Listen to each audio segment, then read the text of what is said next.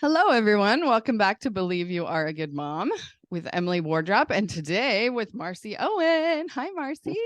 Hi there. This is super fun to have Marci here. I'll share with you the personal note before I let you introduce yourself. So Marci's one of my coaches. I went to a coaching retreat that Marci hosts, and it was amazing, so fun. And before the days where I constrained and was like, I can't do all the things with all the people. So I do less of those nowadays because I'm like, if I'm not speaking at the retreat, I can't go to the retreat. That's my new rule. Oh, But so invite me to one of your retreats as a speaker. I come again. okay. Anyway, okay. We'll get into a little bit more of that probably later, but Marci, tell us all about you.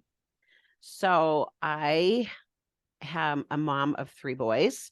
They're all big boys and they're all grown up. And so I'm an empty nester.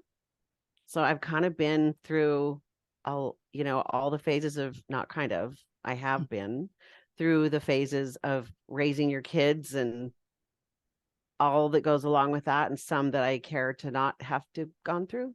Mm-hmm. In fact, I just had on my podcast today, I just, my episode is being a courageous mom. Nice. Because it takes courage, I think right now, especially, always to be a mom, Mm-hmm.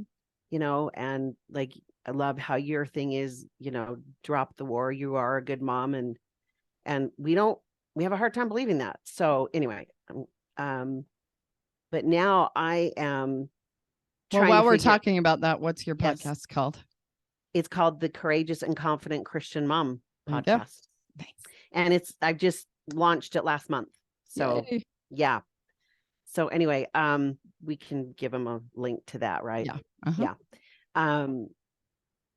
But I'm trying to figure out how to be I'm a mom in transition now, with trying to figure out how to be a mom. And when my kids don't really need me anymore, they're growing up. How does that thought feel, Marci? And they're independent. Well, they're independent and they're doing their own thing and they're doing great. They're doing what I raised them to do. Yeah. And it's like, but don't forget me, and you'll see what I'm talking about when they move on. So I've been married to my husband. It'll be 38 years. Ooh, so fun. It's so weird. On Valentine's Day.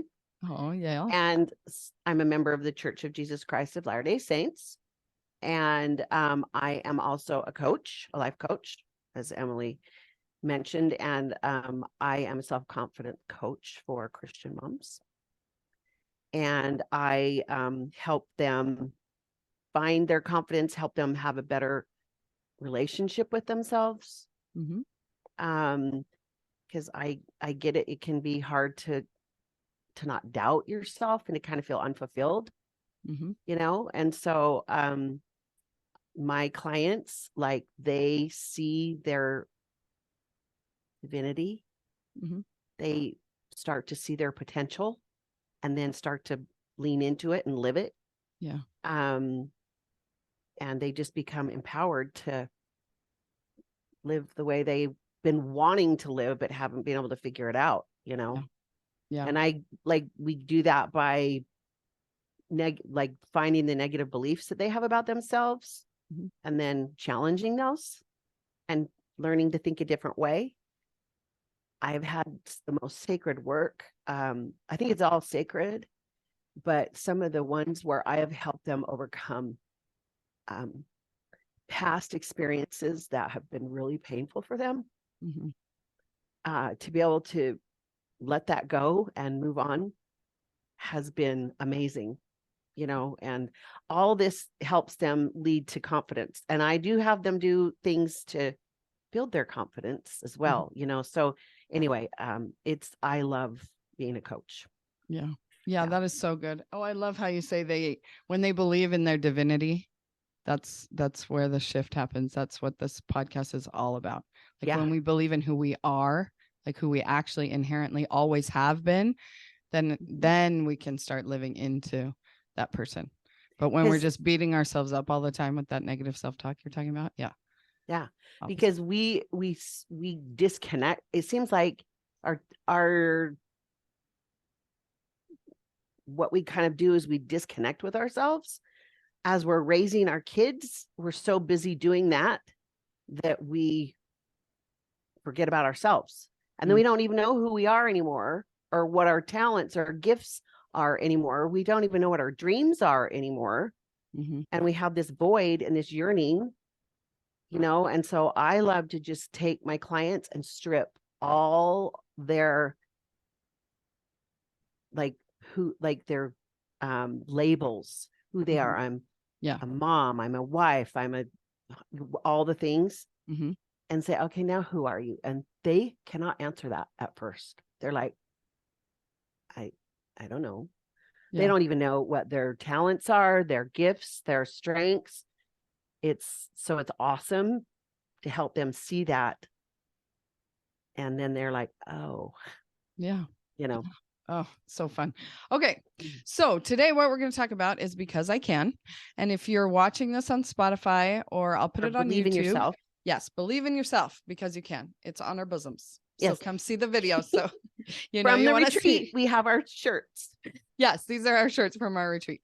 Believe in yourself, as within, so it is without. And so we're going to talk about what that means, where it came from, all the things. First, I just want to say, go watch the video on YouTube, because I have like 10 subscribers. So go watch on YouTube and subscribe, and let's build that YouTube channel too, I guess. Totally. But you can watch the podcast on Spotify as a video, or so that you can see our cute shirts and our cute faces and your cute background that says Because I Can. Okay, so tell us the whole story. I'm going to move the mic. You just take it away. Okay. Okay, so the believe in yourself. This happens to be, I show them, Show mine. You can pull your shirt up easier than I can. So that handwriting is my sister's, my younger sister. It's her handwriting, and she passed away of cancer. And the last birthday card that I got from her, she wrote in there, she encouraged me to follow my passions.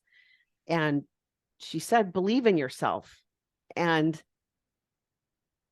that phrase, just kind of has hung there for me to pay attention to. And it's really interesting. People's words mean a whole lot more after they're gone, which is kind of sad, I think. That why wouldn't they carry just as much weight when they're here? But when they're gone, it's like, they just take on more meaning and weight. And so when I became a coach, I actually put it on a pillowcase, that I put on my bed every day. And then, I actually cut the words out, copied the words out of my card and had my printer, put it on the shirts for me, or the pillowcases or whatever, so that I could remind myself. But as I became as I started to step into believing in myself, I realized this is not a fluffy feel-good phrase, right? To believe in yourself takes some guts. It takes courage. And so as I started to follow my passion and my dreams of becoming a coach with somebody that wanted to help others, I was a fitness instructor. I've been a fitness instructor too. And Because I Can tell that story too, if you want. Do you want me to tell that too? Yes, but maybe finish this one first, and then we'll okay. Go to that Yeah. one. But I just the lower brain doesn't really want us to believe in ourselves, because then this is what I've learned, that it thinks we're going to take a risk, and we're going to do some stuff, get on podcasts and let people see us and be vulnerable, or whatever it is, or maybe say the things that we want to say to our child, or our husband, or go for a goal or a dream that we want to do, or some people want to try to lose weight, like whatever it is. Like, it doesn't really want us to believe in ourselves because it's a protection thing. Right. And so if we can just, if the brain just wants us to play small and not put ourselves out there, then we won't fail, because it thinks if we fail, we'll feel bad and we could literally die. Right. So that's the short, really condensed version of how our lower brain works. But understanding this, when we want to like be us, like it says, also you can see it, how it says be you. That takes guts to actually be you and be seen, right? And so it takes courage to do that. And courage does not feel good. It does not feel good. And we need to understand that that is not a sign from the spirit saying, don't do this, or like, because it will feel like, no, don't do that. This is bad. No, it's just our brain saying, we can't do this. You shouldn't do this. But it's like, actually, I'm fine. I'm fine. I'm a big girl. I can believe in myself that I can figure this out, or that I can go on here and I can talk and express myself, or become a coach, or be that kind of mom that I want to be. Like, yeah, I'm okay. I can handle it. And so, it just that's just the part of the believe in self that it doesn't feel good. And you need to understand that. People need to know that. Yeah. Like I always tell my kids, you have to be scared in order to be brave. If it's not scary, it doesn't require any bravery or courage or whatever. So, so they're like, but I'm scared. Good. Then you can be brave. That's awesome. There's actually some song in some show they watch, because they're like, Mom, you sound just like what? It's probably Daniel Tiger or something, because I have lots of great lessons in there. Anyway. Yeah. Being scared doesn't feel that great. So being brave doesn't feel that great, because you have to have the fear in order to. And neither is being courageous. Yeah. To be courageous. Yeah. And you know what? Sometimes it doesn't, like we have to go through courage to become confident. That's why I have my podcast, The Courageous and Confident Mom, because you're not just given confidence. Yeah. You have to earn it by being courageous and doing the thing that makes you feel like you want to throw up a little bit. Yeah. Yeah. So good. Okay. So, be you. I love that so much. And of course I love believe in yourself, because that's like, believe you are a good mom, because that's who yourself is. Who you actually are is good. And so when you believe in yourself and who you actually are, once you, strip down all the titles and all the labels and all the things, and you can like really believe that you are a daughter of God, what that actually means. He created you. He called you good. And then he sent you into this world to believe all the lies otherwise. Right. Yeah. And so it's time to stop believing the lies that our lower brain gives us, that we're a terrible mom because we did whatever, we didn't do whatever, and start believing that we are good, because it is ourself. It is who we really are. Yeah. And when we know that, like just when we know who we are and our divinity, and that we are a daughter of God, it changes everything. How we act, what decisions we make, how we respond, it changes everything. Like when I had that experience with my dad, I had an experience with my dad when I was a teenager.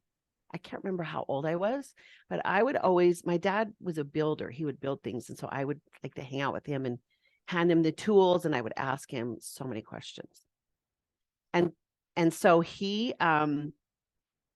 I was having a pity party one day, feeling bad, as a teenager, and he stopped working. We sat down and on the grass in the shade, and he listened to me. And I don't remember what my dad said to me. I remember him being emotional, feeling bad of how I felt about myself. I thought I was ugly. I didn't think anybody was going to want to marry me. I remember those things, And I remember him feeling bad that he was emotional, and the Spirit was able to testify to me at that time that I am a daughter of God. And it changed me, and it was a gift to me all those years growing up, in the years where maybe we would go do some stuff, rebel and stuff. Like, I didn't, because I knew whose I was. Yeah. Yeah. That's so beautiful. Thanks for sharing that. That's how I felt too. Like, for some reason, I believed them when I was a kid. They told me that I was a child of God, right? And then in That Young gift. Women's, you are a daughter of heavenly parents who love you. It's like, I was blown away actually when I joined Be Bold, and Jody was coaching all these members of the church that didn't know who they were. And I'm like, what is happening here? Like, what? And but it's because we believe that what we do is who we are. So it's like, we can believe that we're good as long as we're doing good things. As soon as we start messing up, then we're like, oh, we're no good anymore. And we think that about our kids too. We're like, what is wrong with you when they're like misbehaving? Nothing is wrong with them. They are good and they are a human. Exactly. And so when we can remember that, then we can, have that grace for ourselves to, it's just like when you were talking, it reminded me of the Lion King. Because that's what changed for Simba, is when he saw his dad in the stars or whatever. I can't even remember. Yeah. But he's like, remember who you are, with James Earl Jones's voice, And so like when he remembered who he was, that shifted everything for him. And that's literally what's happened for me too. It's like, I did believe that all growing up, but then I became a mom and I'm like, who is this monster? Like, this is not who I am. But I thought it was who I was because it was what I was doing. So every day I discover new identities. Like, I'm a baby whisperer, and I look in my brain. Love that. Where I'm like, oh yeah, I have some evidences of that here and there. But then I'm like, no. It's not about finding evidence to prove my thought. It's like, I know in my soul that that's who I am. And now I can create evidence because now I know who I am and I can live into that, instead of only believing our past evidence, which is a terrible sample of of who we are. That's just what we do, because we always ask as coaches, what kind of mom do you want to be? And people tell us what kind of mom they want to do. I'm like, that's not what I'm asking you.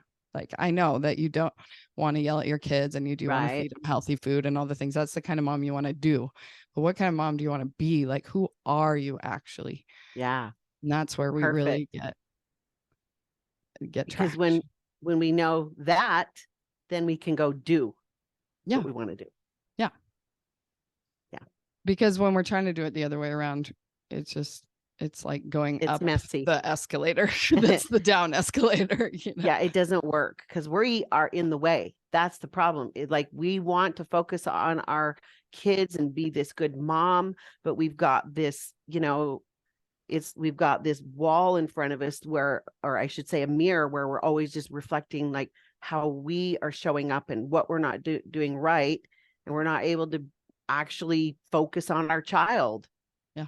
Because we're so into like all the things that we're screwing up at doing. Yep. Okay. So tell us about Because I Can, because I love this. So I'll probably get emotional again, but when my sister it was the last time I talked to her, when I was saying goodbye. And like, I'm really sharing some sacred experiences here today. But she was incoherent. She hadn't talked like for 24 hours. Her husband had told me she hadn't come to, or like she was out. But the hearing is the last thing to go. And so I went to see her, and I just talked to her. I just got down there close and talked to her. And I can't remember all the things I was saying. Of course, I love you and all that. I said, I will work out for both of us. Because she was a marathon runner, and working out was really important for both of us, right? And so I said, I'll work out for both of us. She actually opened her eyes And her body, she was so weak, but her body actually had a reaction, and she tried to raise that weak little finger at me. And she said, you have to work out really hard. And so the because I can comes from that I work out hard because I can, because I have my health, I have a body that's able to do that, and so the because I can started there. And like all of my people that would come to my classes, they know who Heather is. They know about because I can. And we'd had shirts. I had shirts made and everything that we would wear. But it's in everything, right? Like what we're talking about now, like because I can as a mom, or because I can as a woman, like whatever it is, the thing that you want to do. I can like be the mom that I want to be because I know who I am, right? Or because I'm learning the skills that will help me manage my brain, whatever the because I can. And so it's a bold statement to like rise up and do you, be you, do the things that you want to do because you're alive. Yeah. And others aren't. She fought so hard to not die. She did not want to. She wanted to stay here. And that's not the plan for her. But we have that ability to do whatever because we have the gift of waking up every day. Yeah. Yeah. And it's just so fun to be a life coach because that's what we do. Is like, you're alive. You have this life. What do you want to make out of it? Go, girl. What do you want to do? What kind of mom do you want to do? Like, let's do it. Do you want to be the kind of mom to love ourselves? Like, come on. Like, let's stop being mean to ourselves. And because we can, let's like learn, because we're alive, let's learn how to love ourselves and then believe in ourselves. Yeah. So we can do. Yeah. Yeah. So it's the perfect time of year for this message, right? Oh yeah, actually everybody's ready for a new year, new you, right? So you have been gifted this day. I mean, we don't know about tomorrow or next year, but we know we're alive today. So what do we want to make out of it? Right. And not from a guilty shame, all of that stuff. No. Just from open possibilities, Like, I think it's from gratitude and excitement. Yeah. Right? Yeah. Yeah. Let's work out hard. Because we want to just get rid of the hard stuff, right? This is too hard. These feelings are too hard. These kids are too hard. Keeping this house clean is too hard. All the things are too hard, but I can because I have kids. I was able to have kids and a house and so much stuff. I want these kids. I want this house, right? But like, hard as a thought. This is so hard as a thought. Yeah. Instead of like, no, I want these kids. Yep. And so I want to be in that space where I can be that for my kids, who I want to be, or do. No, be. Both. I can do. Yeah. It's all good. We want to focus on the do too, but it just has to go in order. Yes. Because when we're trying to focus on the do so much, it's just willpower, You gotta get that thought feeling combination. Is finite. Yes. Especially by bedtime. It's all gone. Right. How patient can you stay all day long with willpower? For sure it's gone by bedtime. Yeah. All right. Self-confidence coach for Christian moms. What else do we need to know about that? Why do you think that we struggle with self-confidence? Because we don't we think that it needs to be earned. No, we think that people are just born with it. We think like we want to lead with confidence to do a thing, but it doesn't work that way. You have to earn it from yourself. Mm-hmm. Your husband can't give it to you. He can't say, I totally know you can do this. I believe in you. You're good at this. Because a lot of times we're like, he's just saying that. Yeah. If you don't believe it yourself, it just, we don't believe it. We deflect right it off your head. Yeah. Yeah. He's just saying that because has to. He's my husband. And we just somehow want to have this confidence and we don't realize, no, I have to do stuff to become confident. Like for me, I'll just give you my most recent big one for last year was I'm a coach for Jody on her Be Bold program. Mm-hmm. And to go live and coach people with hundreds of people watching, thousands, like who knows how many scared me to death. But I'm like, I'm all in. Like I sign up for the discomfort because I know that's where the growth is, right? And so my brain literally before my first one to do that was like, you're gonna die. You're gonna get on there and have nothing, like you're gonna go blank. And you're gonna sit there for 90 minutes going, I don't know. I mean, it was so strong. Like it was, the fear was so big. That freaked me because I'd never been that afraid. It was that, like I was paralyzed and it felt like, and I just usually think, oh, I can just do that. I'm going to do a retreat. I can figure that out. Like I'm going to be or teach these fitness classes. Yeah. Like I'll figure it out. Like I've never, but that for that one got me. And so I had to earn confidence by being scared, by having courage and feeling scared to death and getting on that call. Yeah. And then continuing to sign up for those calls throughout the year to show my brain that I can do it. Yeah.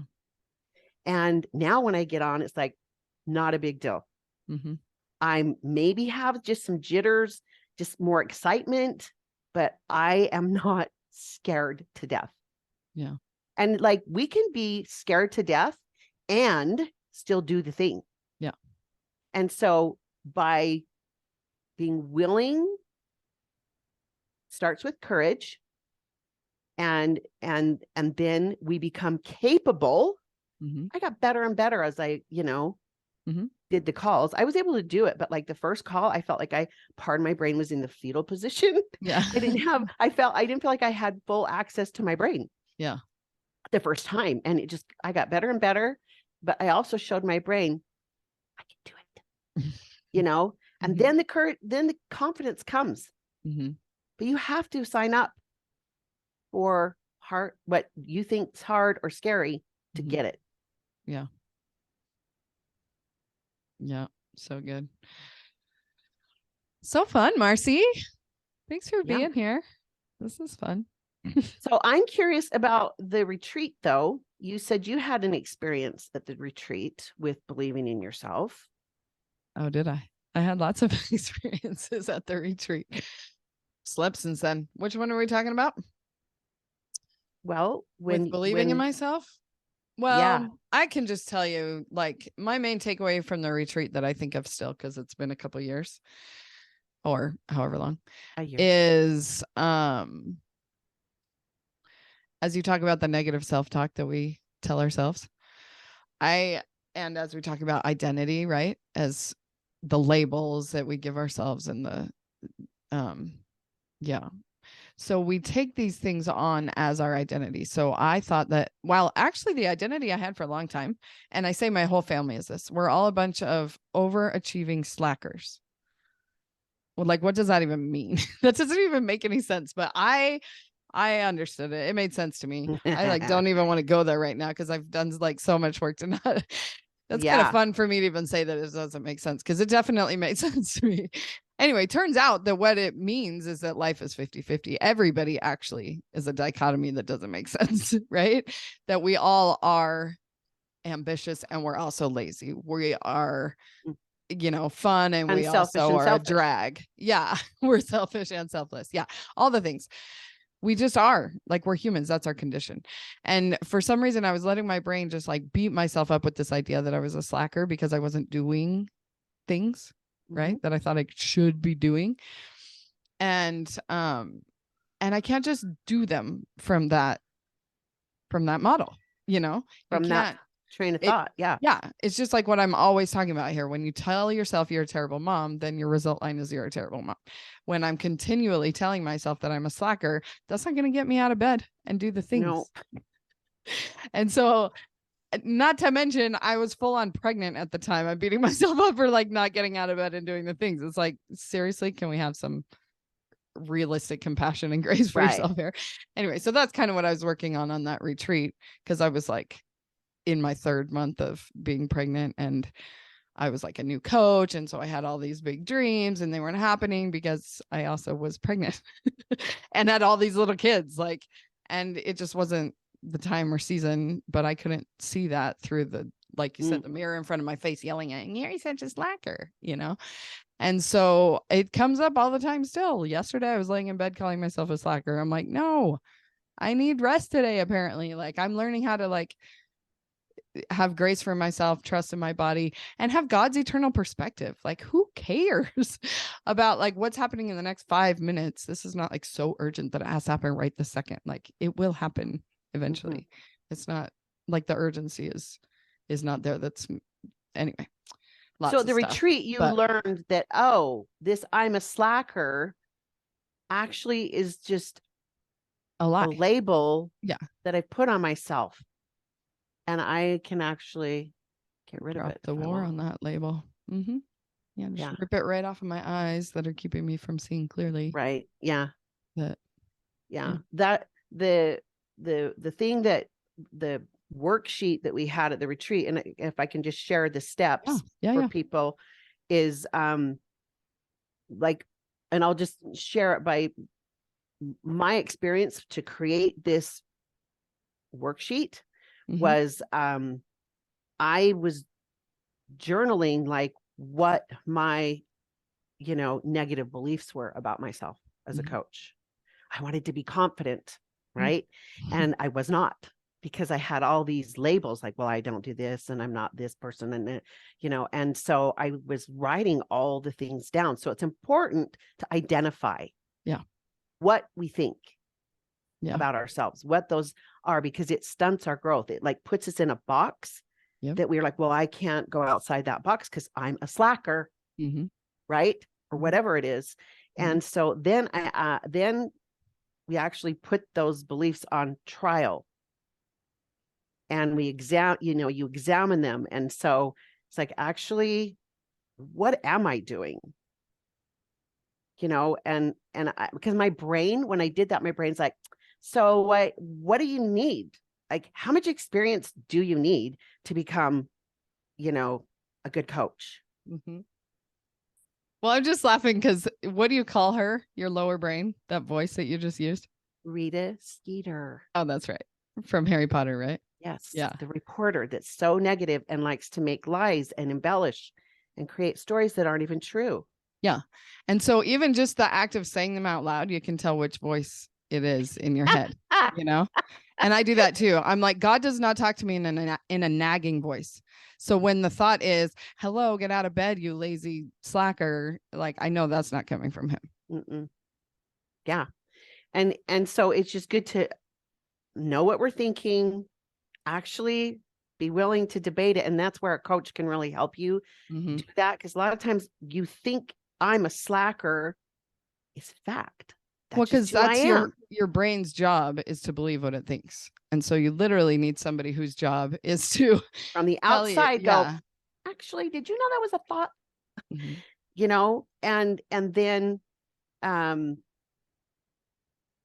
when I was going through this, I got to the point where I'm like, to give myself permission to drop that label. I'm not good enough was mine. And I was sitting there and I wrote it all in caps. Like, I give myself permission to drop this. and think, I am a good coach. I am, enough. And I remember writing it all in bold. And then I was like, even have goosebumps, Mm-hmm. And then my brain got scared because that's what it does. Uh-oh, she's going to go do stuff. She's coming out of the cave. Right. Coming out. So it's important to know that's going to come, but to not let it deter you, because then we comfort the brain. Mm-hmm. It's important to comfort the brain and say, actually, it's okay. Yeah. I'm okay. I've got it. And then the power of mm-hmm. to add and I meant to have that pulled up in my notes.